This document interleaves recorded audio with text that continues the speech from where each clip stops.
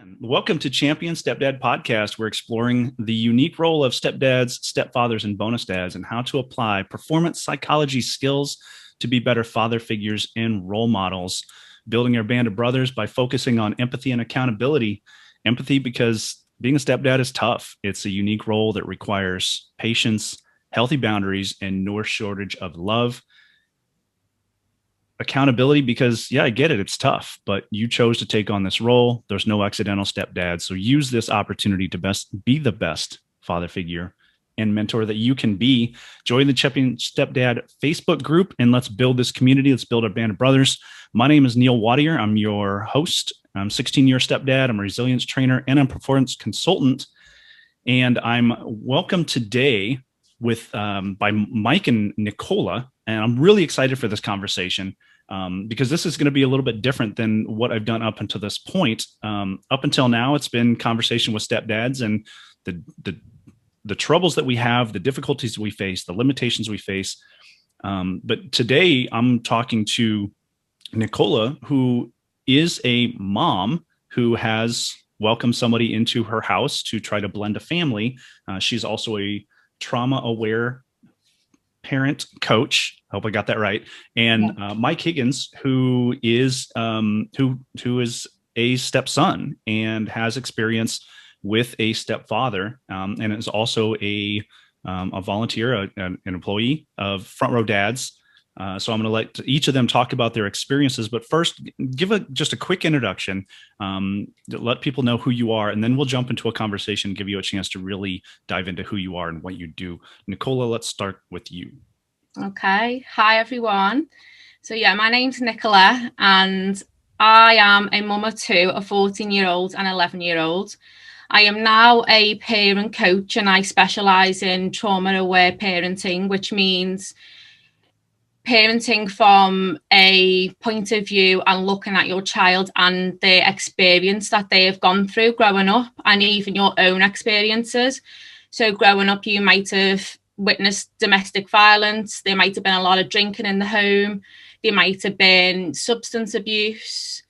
There might have been a brother or sister that always, went to prison. And these sort of things really affect how we develop. It changes the chemicals in our brains. It changes how we see the world, see ourselves. And it can cause us to, have poor relationships when we get to adulthood, make bad decisions. We can, end up taking drugs ourselves. So it's my purpose to bring awareness to this sort of subject, which does tie into if you want to be a stepdad as well, because you need to be aware of what the child's gone through, what the mother's gone through. So that's me today. And I hope what I bring to the conversation does help you. I'm positive it will. Mike, give us a quick intro. Yeah, Neil, thanks so much for having us both on. I'm super excited, and I'm excited to have met you. It's crazy. Like a month ago, or not even a full month, on Clubhouse in our dad's room, and then all of a sudden we're taking the online to another step of online. So I'm happy to be here and excited about it. But so like Neil mentioned, I had a stepdad, right? But myself, married for 9 years, got 4 awesome kids from 13 down to 2. My wife and I live in the balmy state of Wisconsin. The high temperature today of 36 degrees, which would be awesome. But and I'm also a part of what Neil alluded to. You can kind of see here over my shoulder, if you're watching on video, the Front Row Dads. If you're not, if you're just listening to the podcast, you won't be able to see that. But we are a group of dads. It's kind of a dad mastermind. And our tagline is family man with businesses, not businessmen with families. So our whole purpose is to come together for dads, whether biological dads or stepdads, divorced dads, single dads, whatever it is, to come around a common goal of being a better dad. And so that's why I love this conversation. And any podcast, any videos, anything that we can get the awareness out of this conversation, I think is very special. And it's special to be able to share our experiences to help impact those who need this, because there's going to be people that listen to this podcast or watch these videos, and they're going to take something away from not only this episode, but all of your episodes. and be able to go and use that in their family, Neil. So I think what you're doing, the service you're providing here, is incredible. And I hope we can get more and more people on board with this and help get your message out to the masses. Yeah, and I just popped up the website so Front Row Dads, and first I'm going to put out there that I'm legitimately trying to build something here, right? I'm trying to build a community. It starts with a podcast, starts with a Facebook group, because those are just the easy things to do, right? And let's say, so we talked about stepdads. You're probably talking about 28 to 40-year-old men, and where do we hang out? Facebook, right?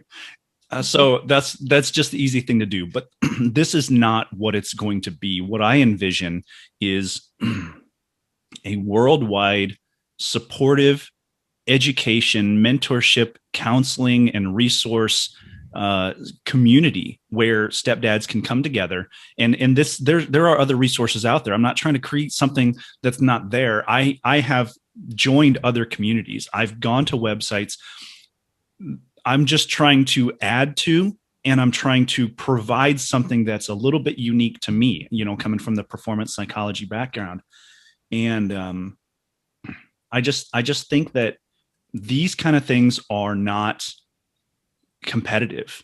And that's, I love the idea that you're promoting the, what you do with dads and men's groups. And I don't have issue talking about all these things. When I first jumped on Facebook and I started doing some research on stepdads, I jumped into the Stepdad's Den, and it's a great community. And so I want to promote that. I want to promote all of them, because I think the more resources that we have available to us, the better off we're going to be.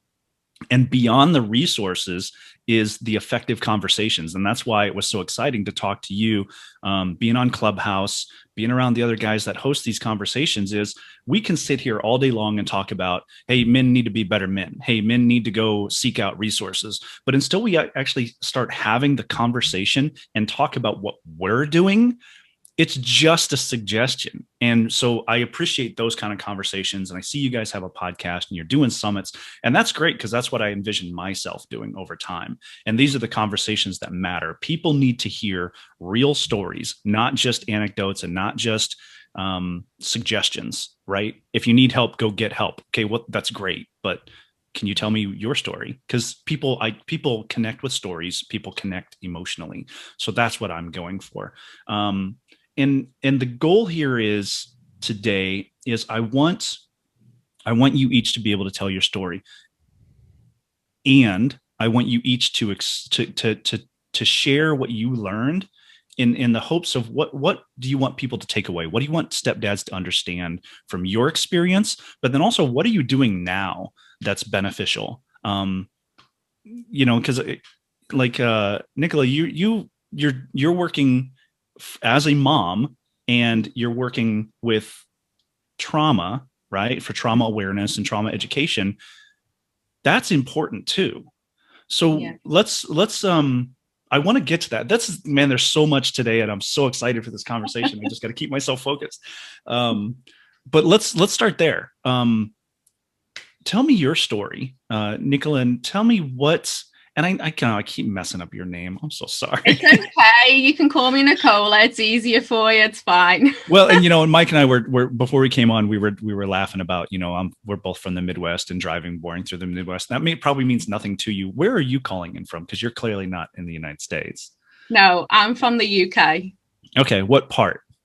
So I'm originally from Liverpool, the Beatles.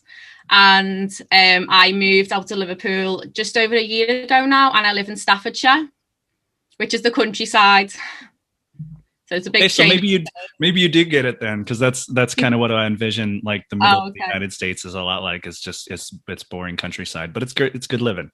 So anyway, all right. So what do you want to share? I want to just kind of give you the floor, like to tell your story. Okay. Like what side do you want me to go with first? Do you want me to go with the stepdad and that experience, or the trauma? Let's start with that, because that's how you and I first started talking. Was you actually offered up on something I was posting on in one of the Facebook groups? Was I was looking for stepdads to connect with, and you jumped in and said, well, hey, I got an interesting story of this. Yeah. So let's start there. Okay, so clearly, I'm not a stepdad, but I separated from my partner, my children's dad, and about just under a year later, I started a new relationship. And looking back now, as I was telling Neil, there's just so many changes that I would do differently now. And I just, spoke about my son, basically what he told me, which was not long ago, a few months back. We were sitting in our family's house and he just came out and said to me, Mum, when I met my partner, I went upstairs and cried on my bed because that's the day I realised that you was never getting back with my dad again.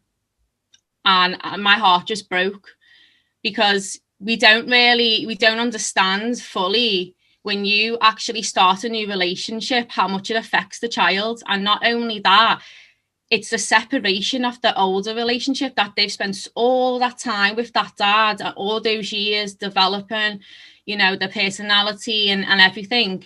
And then you leave that situation and then you have to get used to just you. And it's just you three, like it was just us three. And then I bring somebody else into our situation, our family. And that was it for him. He absolutely melted down, but he didn't have the courage to tell me, because the thing is with children, they just want you, like their mum, to be happy. So if somebody comes along and they're making their mum smile and everything's happy again, they're having all these lovely experiences, they don't really want to ruin that. So what my son did was he just kept it to himself. And that was a big eye-opener for me. And when I look back, I didn't ask the partner that I chose what his parenting beliefs were. I didn't ask him how he was brought up as a child, what he liked, what he didn't like, what his idea was as a role coming into our family dynamic. Because, Neil, you got to be realistic. I have 2 kids. Anyone that's got the kids, you've built this life together and you've got habits, you've got ways about you. So coming into that dynamic, there's going to be, differences that the other person might not like. And you need to be 100% honest with each other before you take that next step with the children, because the children are the main important part of a relationship when you're blending. And you need to make sure that you're both on the same page, because if you're not on the same page about parenting, then it's not going to work. It just won't work. So that was my experience. I would take it more slower. I would definitely, ask certain questions, like I mentioned, and I would definitely talk to my kids a lot more about how they're feeling. Because the thing is with kids, as I said, they don't really express how they're feeling. They don't really have the words. They haven't got the maturity that, to tell you exactly how they're feeling. So it'll come out in other behaviour. So they might start being a bit cheeky, a bit rude, and you don't know what's going on. And then the stepdad's there thinking, wow, these kids are being rude. And that's another thing. Like, you've got to be so honest about family life, the good, the bad, the ugly. You've got to lay all the cards out on the table. It's not like a CV where you're just doing a job description, like, oh yeah, like every weekend we have like game nights and we're really fun and we bake and everything's like fluffy, because it's not. There's arguments, there's rudeness, sometimes the kids hate me, sometimes I don't particularly like them, and that's life. That's reality. Yeah. So yeah, just be honest and get to know each other when it comes to parenting beliefs. So, Mike, let me bring that over to you. So your experience was you were raised as a stepson by a stepdad, and then you kind of jumped into, you've got an interesting dynamic with your wife and your family. So jumping off of what was just discussed, what was your experience like coming from a child? Yeah, it was definitely an interesting experience. And that's why I'm excited about this episode, because I know your previous podcast is like from the stepdad perspective. So now it's kind of from another perspective and give maybe a different whole well-rounded view, kind of a 360. So take you back to like when I was around 3, my mom had divorced then my biological dad and had gotten remarried. And at that time I did the every other weekend deal. So I was with my mom and dad or with my mom for the week, go to my dad's on the weekend. And then every other weekend I would kind of stay home for the entire week. So I did that for about 9 years, and then just decided one day, like, going, and I'm going to bring another thought up, is the step parent is a crucial role in the relationship between, so for my mom and I, right, my biological dad's wife, who was my stepmom at that time, kind of, quote unquote, she was a very crucial piece of me not ever wanting to see my biological dad again, because I could not go and handle being with her, because she had 2 kids with my dad at that time. And I was just a third wheel. Like, and I felt being the third wheel. The whole dynamic was different whenever I showed up. And that I would just encourage, if you are that step parent, like, be mindful of that. Like you guys were talking, just, you signed up for this, like, and having that conversation and that expectation on the front end, like what was just said, it's crucial, because that's not only it's not going to affect that relationship between the step parent and the child, but it also affects the relationship long term between that child and his or her biological parent, who is still there, if that makes sense. Mm-hmm. So, I had decided at that point to not want to go see my dad anymore. And every other weekend just kind of left it open-ended. Like, whenever I want to see you, I'll see you. And I wanted my stepdad, who I refer to as dad to this day, I wanted him to adopt me, and I wanted to be a new family, and not ever have to do the every other weekend thing. And that's how we rolled from when I was, I think 9 or no, I was like 11 until today, and interestingly enough, my mom and dad got divorced again when I was 20, which was way tougher than dealing with a divorce when I was 3, because when you're 3, you have no idea. But even though my mom has remarried again and I have a new stepdad, right? So add a layer of like complexity to this whole thing. My dad, aka my first stepdad, is still dad to this day. Like, that's who I refer to as dad. And now I have another stepdad. So yeah, that's kind of been my experience in this whole thing. And then just put a quick bow on it, is that when I met my wife, she had already had a son, and he was probably 9 months old at that time. And we actually got married, and I adopted him, and his biological dad was never in the picture from probably like 6 months on. So it's never been a conversation. Like, I've been dad the whole time. But I just feel like I have a very, very unique perspective on this whole thing from 30 some years of experience on all sides of the equation. So this is a topic that a lot of people really don't know about me too. Like, because like I said, with my stepdad, my dad, the majority of people don't know that story. We look alike, we act alike, we catch all the mannerisms right together. Like, there's things that I do in my daily business and my daily, like, just going through life, that my dad does, because I picked him up through being his son. So I like talking about this story, because it's a part of my past that I don't think a lot of people know. You bring up a couple things. So actually, through both of your short stories, a couple things come to mind. First of all, is our stories are reality, and for a while, I had issue with trying. It's not that I wasn't being honest. It's just that I wasn't fully explaining. When I talk about being a stepdad, I said, well, I've been a stepdad for 16 years. Well, I've my first marriage, I have two children, 21 and 25, and they're great. I love them. They're my biological children. My second marriage, stepson, he's great. I love him. He's 19. And then I get divorced again, and now I'm getting ready to get married again. And I just when I walk myself through that, it's almost like I gotta. It's not that I don't have to be careful. I feel like I've got a pretty tough inner layer, and my self-talk can be pretty harsh on myself. I've been an athlete most of my life, and being harsh and getting motivation and stuff like that is not a problem. But when I start talking myself through a lot of my life experience, sometimes I can find myself getting pretty down on myself, like, man, look at this, failure after failure after failure. And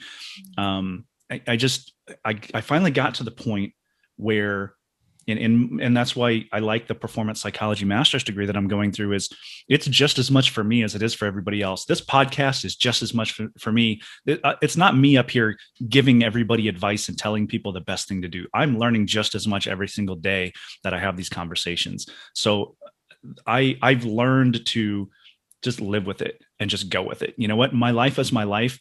And if I can't stand tall in that, how can I expect other people to do that? Right. So people buy on emotion. People love, they love stories. They connect with stories. And we need to be able to proudly tell our story, even, talking about trauma and difficulties we've gone through. It's reality, right? And chances are somebody out there is going through something similar and they need to hear your story. So stand tall in that.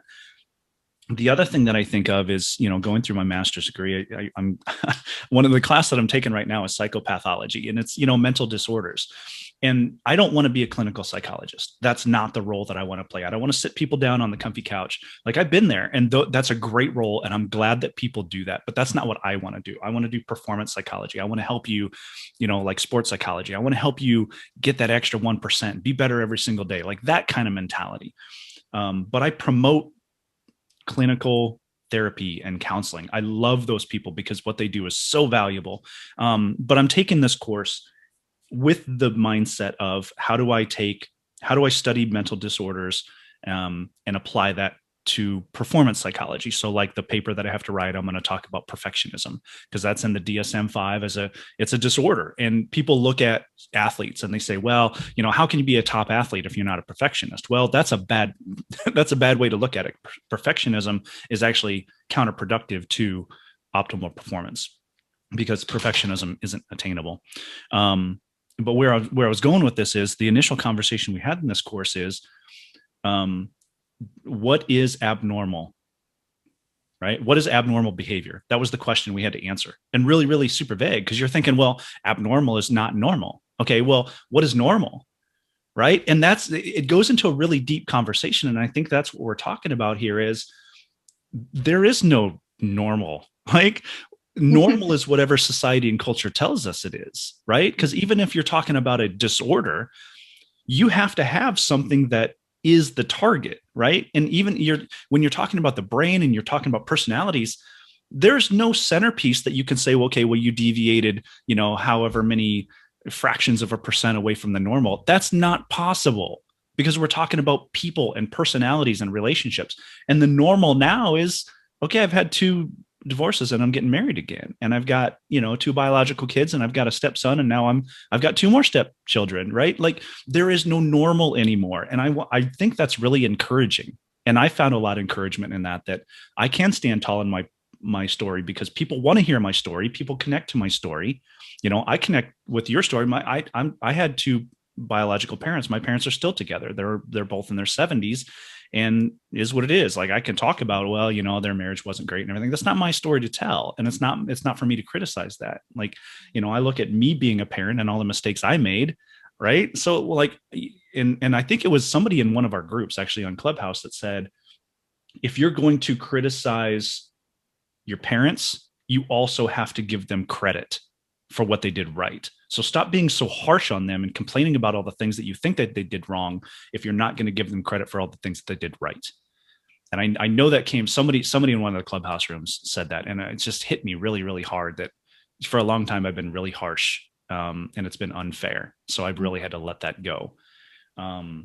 So yeah, Neil, one thing I think about when you say that, though, I think about like our perception of how we want others to see us, and because I think about this conversation like that I've had is, I'm 33 and my oldest is 13, and it always comes out as like, wow, you had him when you were young. And then it's like, I don't want to get into that conversation of like, well, he's not actually mine biologically.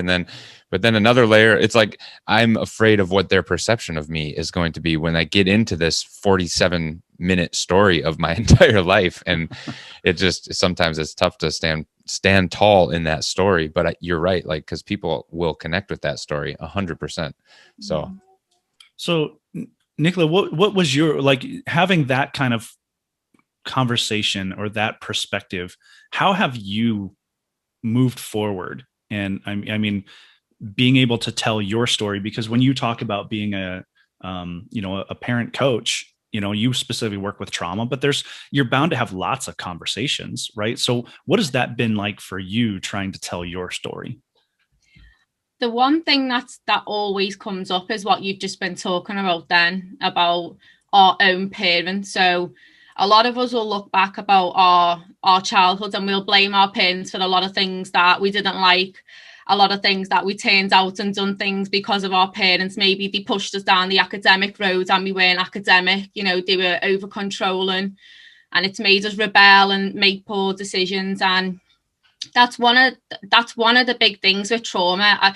I just want to go with trauma a minute, because I feel like the word trauma, people don't really understand it. Like, they think it's like some massive catastrophe that's happened in your life, like a world disaster happened.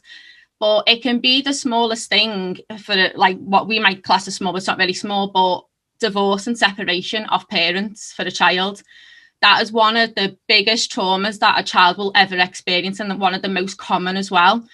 And we don't really address that situation when it happens. It's a massive change, like the transition from having two parents, a family unit, to then everyone splitting up, two different households. And as you were saying, Mike, like going over at weekends and holidays or whatever, it's massive. It's a huge change. And then obviously new partners come involved, and we never take a minute to stop and slow things down, because we're just in adult world and we're just going along with life and we're just making all these decisions. And then there's like these little children that are just there still trying to take on the world and learn and grow, and we're like their biggest teachers ever. Not school teachers, we're their teachers. So if we're not teaching emotional intelligence in our children when they're younger, then they're not going to be very resilient when they're adults. And this is what I'm teaching about trauma. It all starts with emotional intelligence. And I'm sure, like, we've spoken about that, haven't we? Like emotional resilience and the build-up of it. And with trauma, it's so hidden. Like, we all have trauma. 95% of the population has trauma in one way or another. And what happens is you grow up and think, oh, it's just life. It happens to everyone. It doesn't matter. But it does matter, because when you become a parent, whether it's a biological parent or a step parent, those triggers from when you was a child, how your parents parented you and the things you didn't like that you might see come out in a child, you get triggered.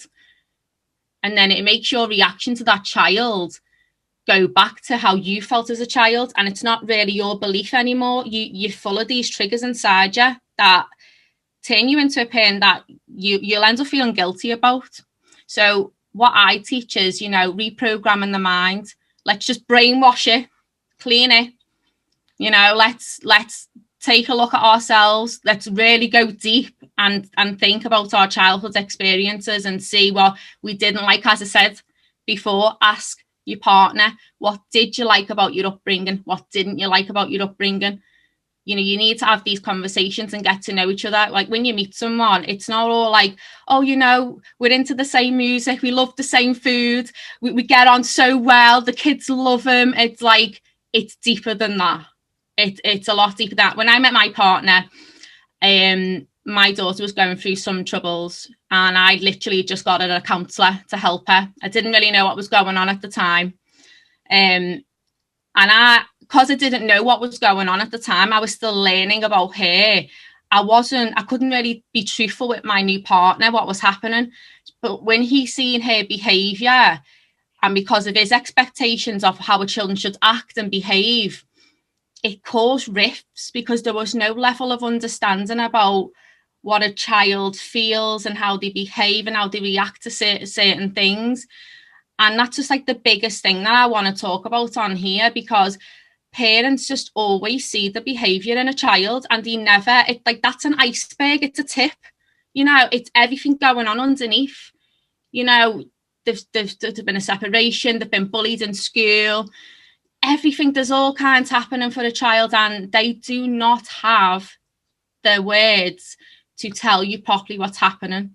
So we need to be more mindful as a parent when it comes to bringing up a child and getting to know them. Like, if I like, as I said, like the changes that I would make, definitely spend one-on-one time with each child, because as I was saying, there's different personalities and we all have different character strengths. So, you know, you might feel as a new person coming in, oh, well, I get on with that child more than the other, and you'll feel bad, you'll feel really bad about it. But that's a fact, because your personality might resonate more with one child more than the other.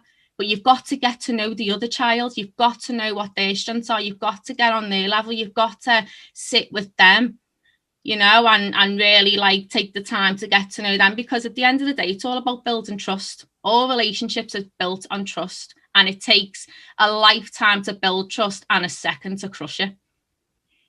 Yeah, I like that. And that's a good point. And I did want to highlight, you know, you talk about, you know, personalities and the different ways that people in general, but children, you know, they're developing. You know, I tell people all the time, how can I expect a 7-year-old to understand that, hey, what you just said to your mom, you had a whole bunch of attitude in that, you know, which, you know, you need to change your attitude, or you need to, you know, get your emotions under control. I'm 46 years old and I don't even have my emotions under control. How do I expect a 7-year-old to effectively understand that you just, what you said to your mom was not nice and you had attitude? He doesn't know what that means. He's like, well, I'm upset. Like, I'm mad. Right. You know, he doesn't know, he doesn't have the words to express he doesn't have the words to express, and he doesn't even understand what he's trying to express. So he's just upset and he's exploding. Right. So something that I did learn recently, which is really interesting, is,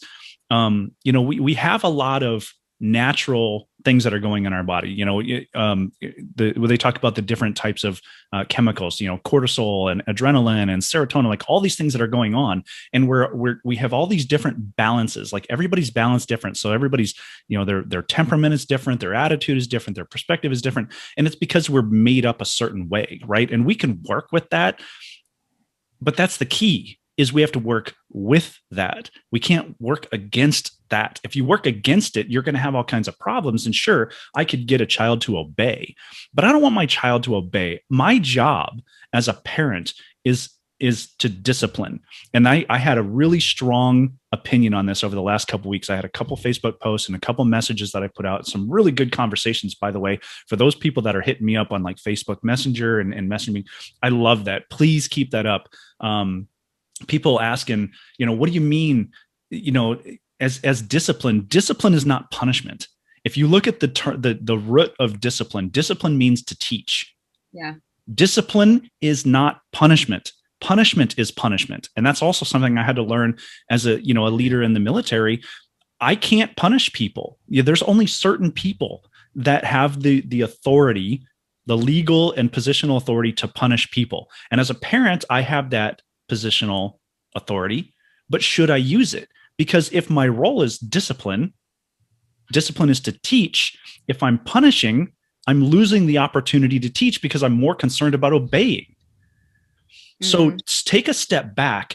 And I actually had a conversation last night with somebody who was, has a stepchild with ADHD, and they're acting up. And he's like, I'm trying to figure out what my role is. And first of all, that's again, to making a clear definition, a defining line that I am not a clinical psychologist. That is an important role for people that really, really know what they're doing. That's not my role, but I can understand what's going on here and have a conversation no different than I would with a friend. Right. So the idea that we need to understand that there's a lot going on inside those children, and we need patience. You said that a couple of times. You talked about emotions. You talked about words. Behavior. Like, they don't understand. They need solid role models. And I think as stepdads, that's the best work that we can do, whether the biological dad is in the picture or not. The best role that a stepdad can take is to be a solid father figure and a role model, right? To be a mentor, to discipline, not punishment, but to discipline children, to show them the way. And stop focusing so much on the negative. Like, I get it. They did something wrong. Well, what's the last time you praised them for doing something right? And don't talk to me about, oh, well, that's the expectation. No, they're learning. Kids need to understand, what do you want from them? So let's focus on the good things that they're doing right. And let's reinforce when's the last time that you reinforced a positive thing that they did, a good thing that they did, right? That's discipline. So, sorry about the tangent, but I just get lately I found myself really, really passionate about this one conversation. I actually posted a poll in one of the stepdad Facebook groups was, hey, as a stepdad, what's the biggest challenge you face? And I made a couple suggestions and I allowed them to fill in the blanks. There ended up being like 8 selections. And out of 118 votes, it was like over 33% said discipline. I said, well, we got an issue here because if stepdads have issue with discipline, I'm guessing the majority are confusing discipline and punishment. And they're trying to figure out how can I punish my kids and get them to obey. That's not your job. Mike, what does that make you think of? Yeah, man, I see the wheels turning. I'm just sitting here waiting to chime in. But no, I was actually looking up as you were talking about just the word discipline, because the first thing that I thought of, which was a brand new thought right here, right now, is that the word disciple. And if you're taking kind of a spiritual, like I come from a Christian background, to disciple, like Jesus had 12 disciples, it is to teach. It is to go and take this information and to share it. It's not necessarily, you're right, discipline, people think of punishment, but that's a totally different word. So, I mean, if we're trying to figure out what is this podcast is going to impact people, literally as I'm a guest here right now, I just had this revelation of discipline's actually to disciple somebody, to take what and to share it with them. And then also to share where you're falling short, being open in that. If you mess up, own up to the screw up, right? Because how many times in your life, I mean, I know with my parents, my dad didn't say, Mike, sorry, I was wrong, very often, right? He didn't it was like, nope, darn it. You know what I mean? Slap the hand and, do it, drop the hammer, so to speak. But showing that vulnerability, because you had alluded to it before, Neil, while, I don't even have my emotions in check yet. Right. So how can I expect my son or my daughters to have their emotions in check? We know daughters will never get their emotions in check. They're just a hot mess all the time. I feel that at 2 years old, she's just a roller coaster of emotions. But I mean, we also have to be actively trying to be better ourselves, because then once we learn, I feel it is our obligation as a stepdad, as a dad, as a mom, to then take that information that we learn and share it. One, because it's going to help our children understand. But two, when we take that information that we've learned and now flip it and start sharing, it's going to ingrain it in us better, and it's going to make us better role models in the day-to-day. Yeah, I like that. That's good. And then that's where a lot of what I looked up, I found a lot of the same stuff. Yeah. Discipline is, disciple and teach and all those things. And it's really the word that keeps popping up to my head is it's opportunity. You have an opportunity. What are you going to make of that opportunity? Are you more concerned about obeying and punishing for things that are wrong? Or do you want to build trust? Good word, building trust, because every relationship, every strong, close relationship has to have a good, solid trust foundation. And if your relationship with anybody is based on focusing on the negative and correcting the negative, you're only going to get so far, because people, if all you ever talk about negative, then all anybody's ever going to think about is negative. And I was raised in a house like that, where it was, I was raised in the get outside and play generation, come home when the streetlights are on. And when you're home, you better be quiet. And there wasn't a lot of consistency. And that's something else I talk about is the greatest gift you can give to your children or your stepchildren or even your spouse is consistency. If people don't know what to expect, they can't build a relationship, because, am I going to go give a hug and they're going to be upset and they're going to tell me, leave me alone? Or I'm going to come home from work and I'm going to be, one day I'm grumpy, the next day I'm happy, the next day I'm just, I'm disengaged. If you're inconsistent, people don't know what to expect, and therefore they're not going to build that relationship. So the best thing that you can provide to your stepchildren, to your children, to your spouse is to be consistent. And also, Neil, communication as well. I just want to talk about that. Consistency, but also consistency with your communication with your child. Emotional intelligence always starts with communication. As we've said, children don't have the words to express how they're feeling and tell you what's going on. You teach them. And when you communicate, like if you come home from work and you've had a rubbish day at work and you're not in a good mood, and you come in and your kid hasn't seen you all day, and what are they going to do? They're going to run straight to you, mom, dad, like dead happy, look, I've done this. But because you're in a state of stress, your brain isn't working properly. So more or less the child is going to end up being like shoved away. Just wait, I can't deal with this right now. And you'll get off, you won't approach them properly, you won't communicate with them properly. And what you do need to do is, like you said, be honest. Like, just say, mummy hasn't had a good day, I'm just going to go upstairs, I'm just going to get changed, and then I'll be back down, I'll come and look at your photo. Just talk to them, just explain. Don't throw them away, don't push them away, don't show them any negativity, because that child is growing, that child is learning. And when you do things like that to a child, what they learn is that, oh, I'm not good enough. They don't want to listen to me. My drawing's rubbish. Oh, I'm going to take it away then. And the more that happens, the more you grow up and you're not really a confident adult, and you don't think you deserve much in life. And these are the after effects. And it does start with communication with your child. It's the biggest key that I can give today, is how you talk to your children. And it's life. We have bad days, that happens. But just breathe, count to 10, take a second and just calm yourself back down and be honest, Neil, like that what you said, like, be honest, be vulnerable, show vulnerability, and apologize. Like I do it, not long ago with my son. I reacted because I was stressed on the laptop, because I hate computers as well, and it just stressed me out. And he came and he said something. I was, oh, can you just wait a minute? And then he went away and he had like a sad face, and I just felt awful. And I apologized, and you know what? He was so happy, and everything was fine, and it was over, because I explained to him, sorry, this was going on, you came in, I shouldn't have done that. Just be honest with your children. They'll accept it. They accept honesty more than you do as an adult, to be honest. Yeah, that's a good point. And a lot of times when we talk about relationships, you're right. Communication is a huge thing, and relationships take effort, but relationships shouldn't be work. I totally disagree with you. People are like, oh, relationships are so much work. They shouldn't be. They take effort, right? And it takes skills, and it's the willingness to go learn or to talk to somebody, right? That I don't want to. I found myself with my firstborn, with my son, within the first couple of years, I realized I was doing things just because that's what I saw my parents do. And you talked about that at the beginning, where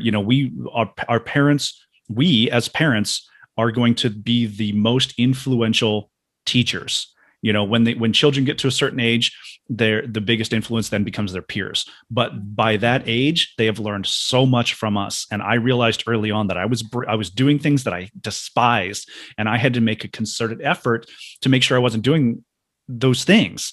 And here's the spoiler to the story: I'm still doing some of those things. Yeah. Right. I still have to make an effort to keep my emotions under control, to be consistent, to not let a bad day come home with me. Or if I do, to just be honest. I not last night, 2 nights ago, I couldn't sleep. I finally got out of bed at 2:00. I did work and homework until 5:00. I went and I laid back down. I got a couple hours of sleep, and then I woke up. And I told everybody, hey, I just want to let you know I'm exhausted. I'm very sorry, not an excuse if I blow up or something goes wrong, but just be patient with me today.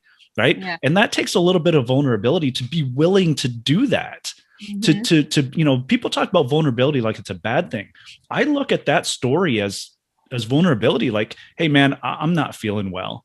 Just please be patient with me today. Yeah. We need to be able to do that and have that honest conversation and be vulnerable and allow people to say, you know what, today is just not going to be a good day. I'm a little bit weak. Just say it. Yeah. I think self-awareness is key. Self-awareness of your own emotions is key. You can feel it as well, can't you?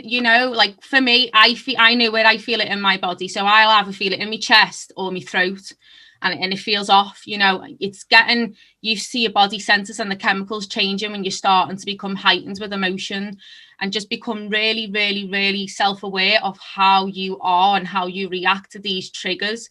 because when you let the triggers take a hold of you, you aren't going to have a good relationship with your child, and your child will grow up thinking you never listened, you never took the time to understand them, you didn't accept them for who they are, you was always trying to change them, you were always trying to control them, you didn't hear them, because we go into default mode, old parenting styles, like what our parents knew, and it gets passed down, it's generational, and it's not their fault. Like we've already mentioned this, it's nobody's fault. It's just what we're bringing today is it's time to get off that train, and just look at something new. Like, what else can we do to better parent these children and become the role model that they actually need to become successful in life?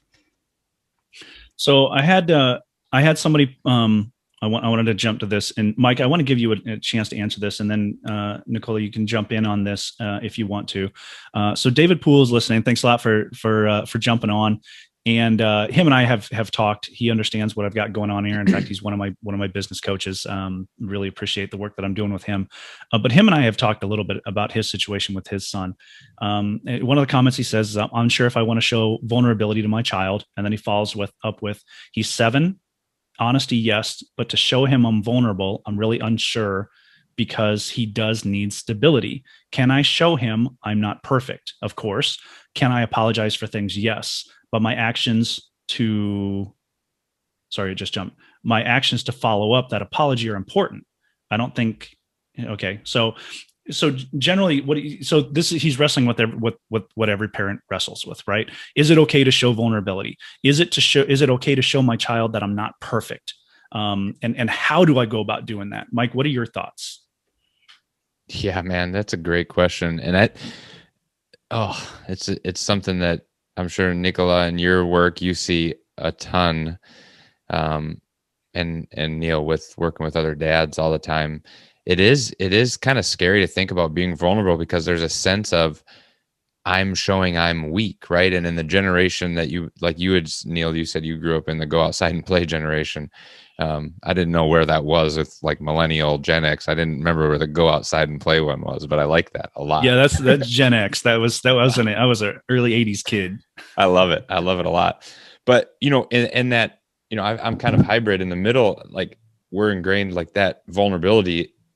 Just like discipline is oftentimes associated with punishment, I think vulnerability is often associated with weakness. Yeah. So you don't think you're sitting there thinking like, can I be vulnerable? But the question is like, am I being weak to my son or daughter in that moment? And I think the answer is no, you're not. You're showing so much more strength than you could otherwise imagine.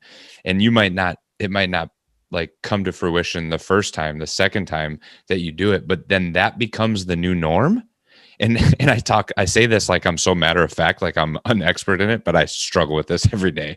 So just know that I'm not an expert, but I experienced this in a confrontation with my 7-year-old, and just the byproduct, like what happened after showing that vulnerability, is just unexplainable. How, like, the unsaid between him and I, like just this energy between us, I could almost feel an immediate connection of getting closer to him. And it sounds crazy woo woo, and I don't even know how to articulate it, but I can tell you that vulnerability does not equal weakness in any, like, to me, vulnerability more equals strength than anything else. And I think that we have been conditioned to think that it's, and like we were saying before, it's not our parents' fault. It's that they're a product of how they were brought up. We are a product of how they brought us up. But with the, Neil, the studying that you're doing, with the science that is emerging, it is our responsibility to take that new information and change the lives of our next generation. So that's my take on it, Dave. I think, David, you said ask that question. I mean, that's kind of my take on it. I think it shows massive strength, especially coming from a strong father, strong man. I think it just elevates it to a new level. Yeah, I agree. Because the other side, when you don't show vulnerability, it causes the sense in a child that they have to be perfect all the time. So when they do mess up, they might not want to come to you and say they've messed up here, and then it can later on cause mental health problems. So vulnerability, I agree, is a huge, massive strength to show. Yeah, and that's a really good point. And I found myself, we come back to this numerous points, is that when we talk about role model, right?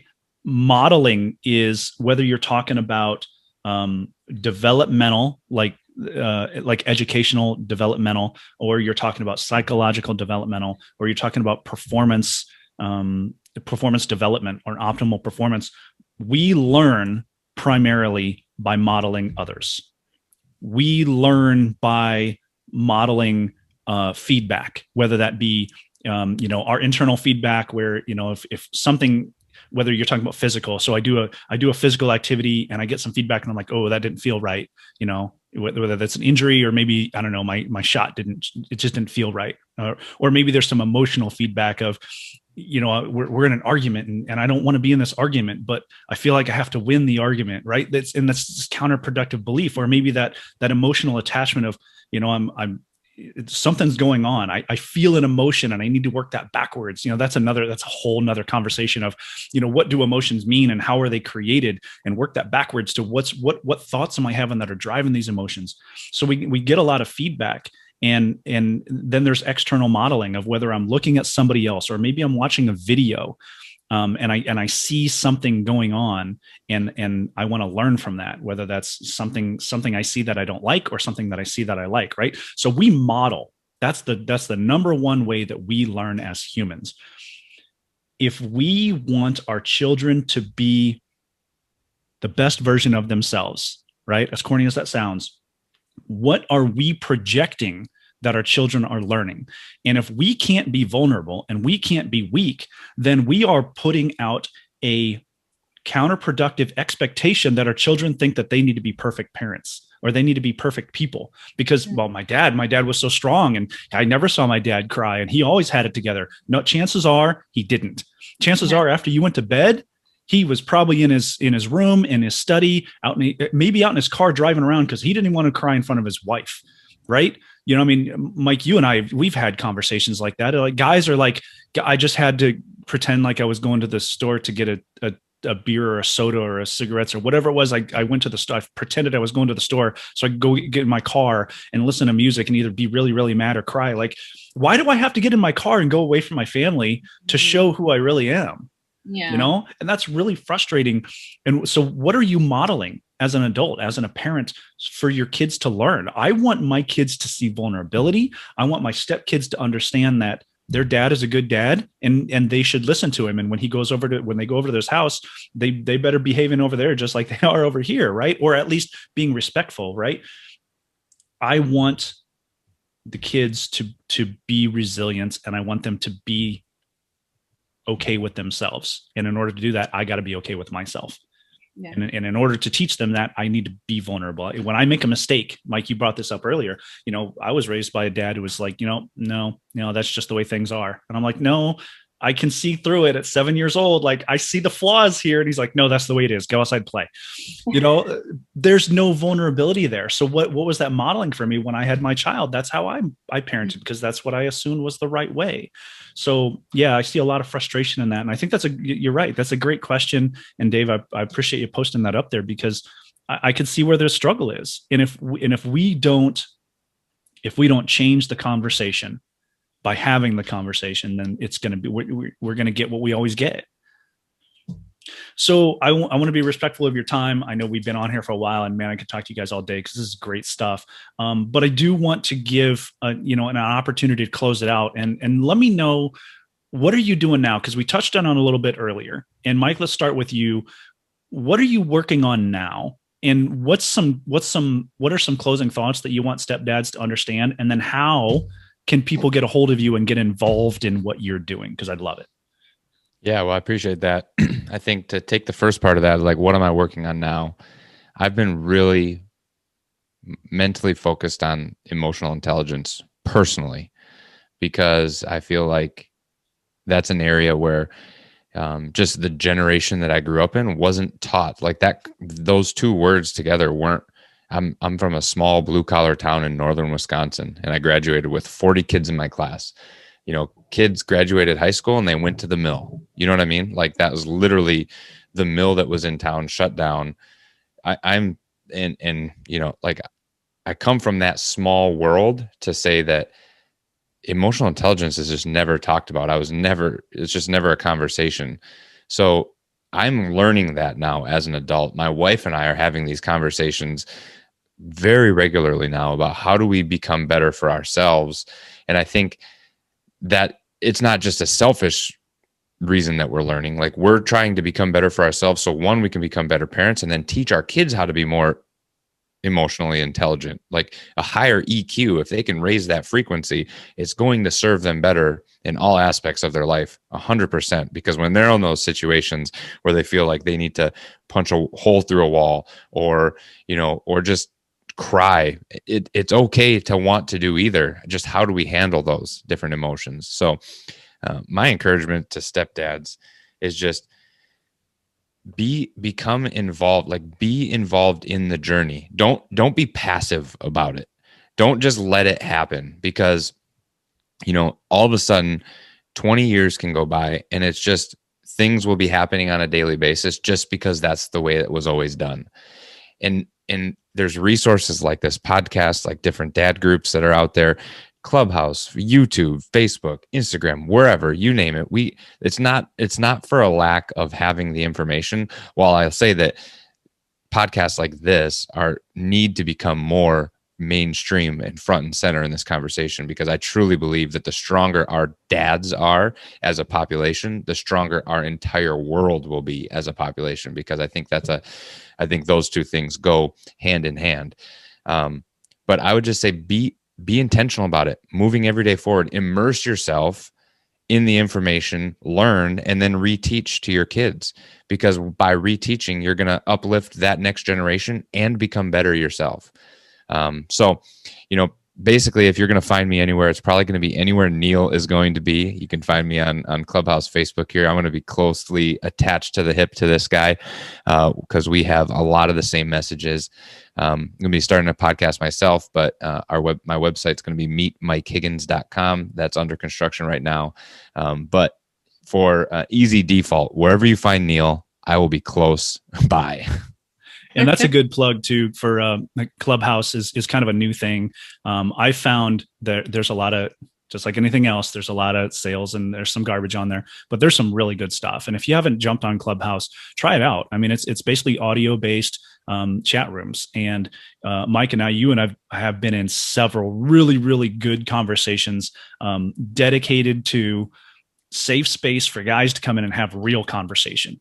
And again, going back to that might sound corny, but if I was to sit around, a fire pit with a couple of beers in the backyard with my best friends, what are we going to talk about? Yeah, we might have some random, tough guy conversations, but eventually it's going to get into, hey man, how are you doing? And that's a real question. And I want a real answer. And that's what some of the conversations that you and I have been in allows people to do. And you're not in the group. It is a safe space because you come in and you say whatever you want, and yeah, we throw out a couple jokes every once in a while, but the brunt of the conversation is, how are you really? How are you doing? And I appreciate that because we need to have those conversations more often. So, Nicola, give me some thoughts. What do you got on your mind? So I just want to go back to when you said about the expectations of men, and it just falls into what you just said. It's one of the biggest things with men. They feel like they can't show their emotions, they can't be vulnerable, and that all starts at home when you're teaching the child, tough guy, don't cry like a girl, come on, you're a boy, you can't cry. And again, it's not showing your child that they can be vulnerable. And when they get to later life, because life kicks you in the face a lot of times, and if you can't be open and honest as a male and say, listen, I'm struggling here, and you need to talk about what's happening, like the suicide rate in men is ridiculous, because the mental health is just so bad because of this upbringing of not being able to speak about your feelings. And it's an area that I am more in now. So I'm the same, Mike, I'm emotional intelligence as well. That's where it all ties in with the trauma as well. and I've actually put together a massive summit. It was only like meant to be a small little thing, and I've got 11 speakers, coaches from all different backgrounds, but the message is about building better communication with your children, teaching them emotional intelligence, being more self-aware about yourself as a parent and your own beliefs and where they come from. And that is going to be going live on the 21st of March, and it's 11 days. And yeah, I mean, this is not like, I'm in the UK, you know, using the US, we're all talking about the same thing here. This is a global pandemic, emotional intelligence. Like when you don't have this basic foundation from growing up, you know, everybody in life struggles, no matter where you are, where you come from, what race you are, what your background is. If you're not taught emotional intelligence, then you won't have a resilient life as an adult. And also, it's a fact that people with higher emotional intelligence do much better in jobs than people with a higher IQ, because they can manage their emotions better than someone with a higher IQ. So they can like get along and manage the day better. So, you know, this is really important, Neil, and I'll be looking forward to seeing you next week, because we're going to be doing this again. Yes. And so give just a brief, so the name of the summit, because I was going to follow up with that. You and I are talking again on Monday. We're recording a conversation, and I get to be part of your summit. I'm really thankful for that. So so thank you. So what is the name of the summit, and how can people sign up? So it's called the Operation Parent Takeover, and it's completely free. And each coach is going to be giving away a free gift, and I will be posting it soon. I'm just in the process of doing the ad for it and that. So as soon as it's ready, I'm hoping it's going to be ready by the 8th of March. I'm going to start promoting it on the 8th of March. And what's your just target? Sign up. It's just a registration page. Just sign up, and you'll get an email, and it'll start on the 21st of March, and it runs until the 31st of March. So each day is a different coach teaching about mindfulness, emotional intelligence, positive parenting, conscious parenting. I love it. And so people just look for Operation Parent Takeover. I'm going to help you. I'm going to post that on all of my social media as well to help you post that out there. And then if people wanted to learn more specifically about you and the work that you're doing, how do people contact you? Well, I'm on just Facebook at the moment, Nicola Graham. I am in the middle of doing a website, which will just be nicolagraham.co. So once that's all up, it'll be on my Facebook as well. So you can reach me on my Facebook for now. You know, and the other thing I want to mention is the three of us are involved in really amazing things. And let's just say it, like, you know, give ourselves a pat on the back that we're all doing great things because we are passionate about what we do. But I think that we're all three of us are kind of in a similar place. Like, we're all kicking things off. Well, like, none of us, it's not like, you know, I'm bringing John Maxwell or Tony Robbins on the podcast. Like, I'm talking to real people that are doing real things. And they're in a discovery, you know, foundational type position. And that's why this is so great. We support each other, and Mike, you and I have had several conversations. I'm really looking forward to being on the summit to talk about what I'm passionate about and having more, because while I could do something on my own, and I'm confident that I could, I know I have the skills, I know I have the personality, I know I have the willingness to put myself out there, but I don't want to do something on my own. I want to build a community of resources and people that really want to affect positive change wherever it is that they're doing their best work. And I love that each of us and most of the people that I'm involved in are really going deep into something. And that's something that I struggled with for a while. And when I came upon Champion Stepdad, it was the first time that I got so specific on something. And it took me a while. I actually had somebody tell me, stop trying to scratch the surface in 100 places, because you're not making a difference. He said, pick one place. And actually, I think it was somebody else. She said it, and they didn't even know each other, which made it even more impactful. Is pick that one place and go 100 miles deep, go 100 meters deep, you know, and be that real tight and that influence in that one community, because even that, so I'm talking about stepdads, and here I am, with your summit for parents, and Mike, you're, talking about dads and parenting. Like, we can have massive impact in all these different areas because we specialize in one particular place. I think child trauma is extremely important because trauma means something different. It's like the discipline punishment conversation. Trauma means a lot of different things. They say that a baby's first big cortisol dump, in cortisol being the stress hormone, comes from an angry facial expression from their mom. I mean, that's how influential we are in the lives of children. So actually starts at the pregnancy, Neil. Even before that, just throw it in. Before we go, no, if when you have a pregnancy, if you are having a stressful time while you're pregnant, your cortisol hormone goes straight into the baby, and then the baby's brain develops at the spine, the bottom of the spine, is where it first starts, and that's it. The baby prepares itself for that world it's going to go into. So if you have a stressful pregnancy, your baby's going to prepare itself for a stressful world straight away. There you go. A good lesson. Highly influential, and we have the ability to affect positive change. And I really appreciate your time. I'm going to be posting all these links, and I'd imagine this is not going to be the end of the conversation with either of you. And actually, Nicola, are you still looking for people to contribute at the summit, or are you pretty full up?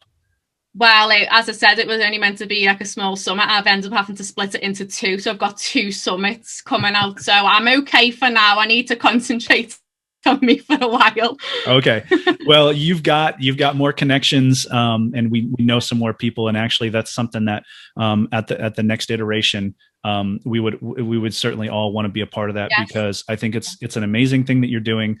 And I would love to be a continued contributor to that type of positive movement. And same thing, Mike, you said you're starting up a podcast, you're starting up a website, the great communications you're having. If you ever need somebody by your side, I'm there. You just got to let me know, and we'll make it happen. Because I think that we've got, this is something where, Mike and I, you and I've talked before, and Nicola, you and I had exchanged some messages, but we never had a long conversation. Like, this is not a scripted conversation.